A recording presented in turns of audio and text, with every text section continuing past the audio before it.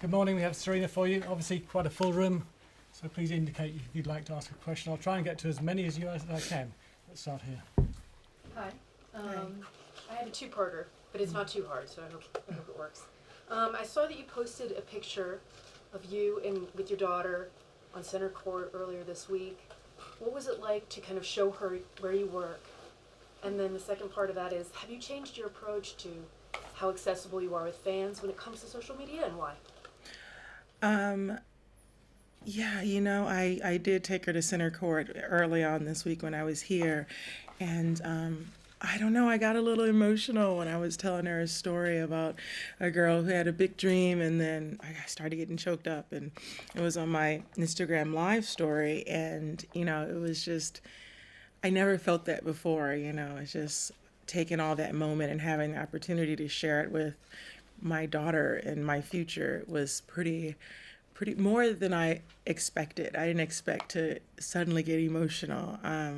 So that was really, really nice. And we'll always have that. I'll always have that memory. I'll always have that footage of her. And, I've been to the other Grand Slam, but I never actually brought her on site. This was the first one. So obviously it was really special for me. And I wanted it to be special for her too.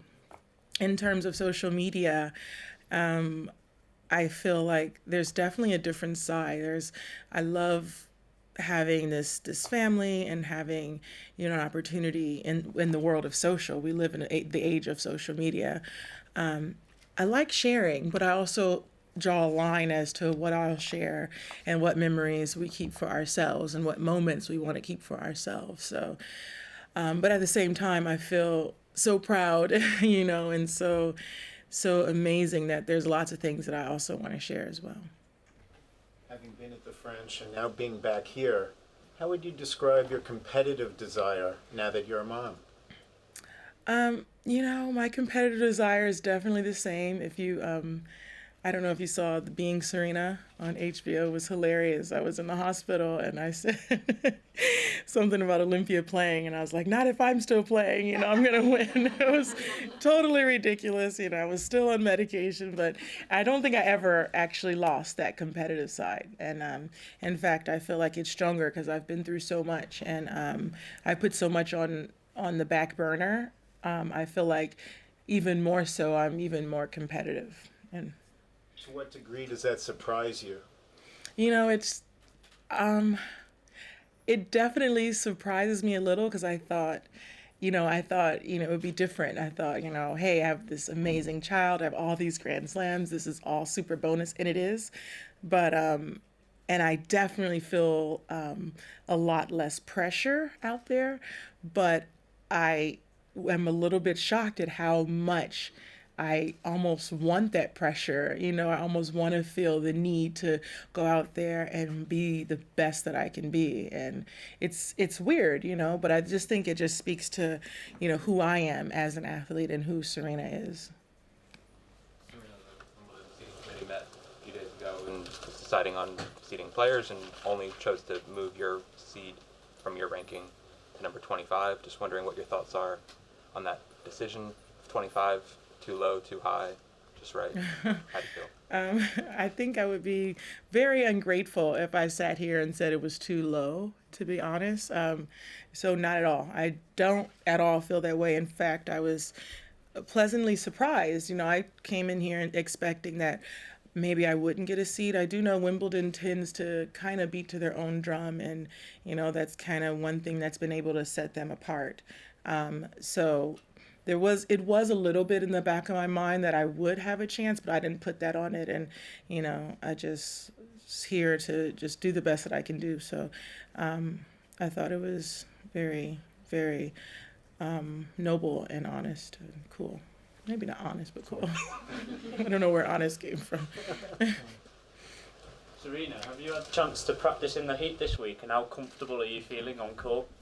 Yeah, I have had a chance. I think I got here early on last Sunday, and it was really, really hot. Like those few days were super hot, and I hit a little bit in Florida, and it was sweltering, but for whatever reason it felt more hot here. But I'm definitely used to the heat. I'm always playing in the heat, and it's kind of nice. Everyone's feels it, but it's beautiful. It's I've never seen such beautiful weather in all my time here. Serena, there was the story in Deadspin this week about the tester who came to visit you in June. So I wondered, firstly, is it frustrating that became released into the public domain by somebody talking about it in a public airport? And also, how long do you feel that you've been disproportionately targeted by testing? Yeah, it's unfortunate how it, but I guess when you're in my position, you mention my name, maybe people hear things and overhear stuff and they want to tell the press. It is what it is. It's something that I've been learning to deal with and I've dealt with for a long time in my life. So it kind of like sometimes people like me just don't have that privacy. And that's okay. That's something that I've dealt with, and I'm in that situation and I'm okay to deal with it. I never knew that. I actually thought the article was interesting, to be honest, because I never knew that I was tested so much more than everyone else. So when I saw it, I actually learned from it. I thought, wow, I literally didn't know that. So I do know that I'm always tested, and I'm always getting tested all the time. And no matter where I'm ranked, but I didn't, until I read that article, I didn't realize it was such a discrepancy with me as well as against, the other players that they listed, at least with the American players, both male and female. So it would be impossible for me not to feel some kind of way about that. I found it quite interesting. Serena, it was 20 years ago that you first played at Wimbledon. Can you give us your memories of that first time? Was it 20 years 20 ago? years, and Laura Galas, yeah. But also, I was wondering, did you ever really expect to still be playing here 20 years? Oh, absolutely not. I mean, 20 years ago, I definitely can't say I'll be here 20 years later, when you're so young and you just think about, this is great, I'm going to be here, and then everyone retires at 26, 27, 28, maybe 30. But I don't know, things have changed. I think technology really plays a big part of that, and education and people knowing how to feed their body and take care of their body and, make their body better and greater for longer periods of time. We see athletes across all sports playing a lot longer. So I definitely can't say that I expected that, but 20 years ago, did I win the mixed that year? I know the singles you won the straight sets. Laura Galas or something. Okay. Do Oh you my remember gosh. anything? Do you remember anything of that? I can't say I do. I'm definitely going to try to YouTube that. I remember playing her a few times, but oh wow, that was, no, I think actually I might remember that after. It's crazy. It's just such great memories that I have here. Which is why I wanted to bring Olympia here, and it was just something special. What did it mean to you, Serena, when you heard that Roger was asked who the greatest of all time is, and he said you? Honestly, it meant I was surprised. I feel the same way about him. I think he's clearly, the greatest player. And if you go by numbers, it's men's and women's. It's different. But I always try to get rid of the stigma of men and women. But I just feel like he's such a great player and also an incredible, humble human being, which obviously shows and it continues to show throughout the years. At the French Open, you had to stop playing because of that injury. Just wondering how long it took you to feel recovered from that. When were you able to start training the way you like to, and how are you feeling as you come in here? I was really down about that, to be honest. I was really, really, really down. But physically, I was fine. I was working out every day. I just didn't serve. So I didn't serve actually till I got here, to be honest. And still, I'm still debating if I should go 120 or whatever. I haven't yet, but it's been good. I often find the less I serve, the better I serve, which is totally weird.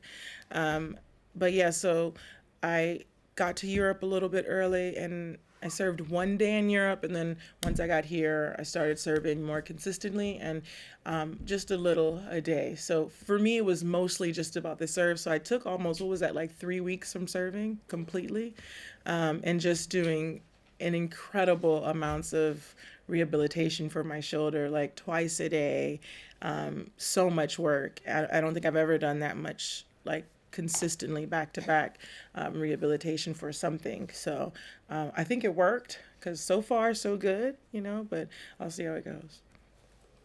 Serena, in being Serena, obviously we saw you made a lot of decisions that must have been hard, like when Patrick told you you had to give up breastfeeding and everything. Can you just talk about a little bit how you had to balance those decisions? And also, in the Deadspin article, it said you didn't take the test. If you didn't, can you confirm that? And why did you choose not to? Okay, so you might have to remind me because I have I have that mommy brain now, or at least that's my excuse. So, oh gosh, so the first part again. The first part was I told you. You had to make. Okay, yes, the decision. Okay, so yeah, that was interesting. Like, I had planned on stopping in January, and then January became March, and March became April, and I was still breastfeeding. And for me, it was really important to make it to 3 months, and then it was important to make it to 4 months, and then I was like, okay, I can do 6 months, and I was training and everything, and then it was, I feel like for my body to recover, because you know what, I feel like everyone says, oh, you're so thin when you breastfeed. I'm going to be totally frank. You're so thin. Is it? Isn't it? Thank you. I was vegan. I didn't eat sugar. I literally, I have my chef, total vegan, like eating, and not French fry eating vegan, or I'm totally eating completely healthy. And I wasn't at the weight that I would have been had I not. And so for me, it was interesting because all these articles and all over pop culture, you hear, when you breastfeed, you lose weight and you're so thin, and it wasn't happening to me. And I didn't hear that from you, so I didn't know that it wasn't true. Well, I just felt what I've learned through the experience. Every body is different. Every person is different. Every physical body is different. For my body, it didn't work. No matter how much I worked out, no matter how much I did, it didn't work for me. And so once I got to 6 months, I felt good about it. And then it was just emotionally letting go. And that was a different thing. But I literally sat Olympia in my arms, and I talked to her, and we prayed about it. And I told her, look, I'm going to stop. And Mommy has to do this. And, I cried a little bit, not as much as I thought I was. And she was fine. She was totally fine. And it was the strangest thing. And I just learned from that experience, every physical body is different. And after that, literally, I lost 10 pounds in a week. It was crazy. And I just kept dropping. And I was like, that's when I learned that everything was different. Sorry to go on about that. But I wanted to say that so women out there know that that's not true. Everyone takes things different. I think it's important for us to share that message. Read the Deadspin article. No, I have in the article, it also says that I have a testing time. So every day, every player gives a time for testing. And my time was actually 12 hours later. For some reason, 12 and a half hours later, for some reason they showed up in the morning, which they are allowed to do. And if I'm not there, then they just leave. For whatever reason, they didn't leave, and they said, well, I can come back. And I was like, well, I'm totally not in the area because my hour is actually a long time from now. So I'm completely so far away.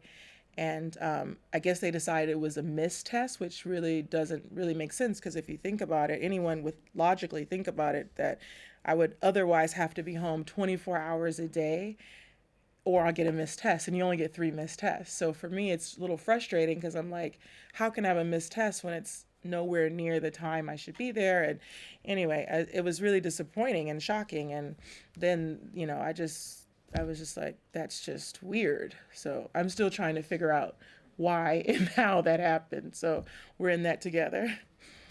We have time for 2 more questions here and here. Serena, that was kind of sort of the question I was going to ask, but just to clarify, have you had a conversation with the relevant authorities to get sort of an explanation why there's this discrepancy or why this happened? Have you actually talked? So or a your discrepancy representative- as to how many times I'm getting tested Yeah. or the missed test? No, how many times? Yeah. So I did have a conversation before I knew the information about all the other players. I had a conversation with the lead guy with USANA. I think he was mentioned as well. And I said, listen, normally because I sat on player council for 12 plus years, you know, I'm like, normally it goes on ranking. I get it. Even if I was number one and it goes on that number one ranking for 12 months, you know, in January, that 12 months for me would have been over. So how is it I'm getting tested 5 times in June? It's already only June. I've been tested 5 times. And I'm okay with that. Literally verbatim, I said, I'm okay with that as long as everyone is being treated equally.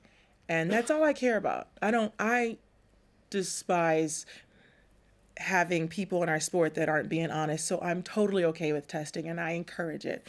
And I'm okay for it. But what I want to know is that everyone is getting tested and that we are really working to keep the sport clean. Because tennis is such it's given me so much and it's such an amazing sport. And I feel like everyone, equality, that's the only thing I've been preaching. It's all about equality. And that's all I want. I just want everyone to be treated the same. If that's test everyone 5 times, then let's do it. Like, let's be a part of it.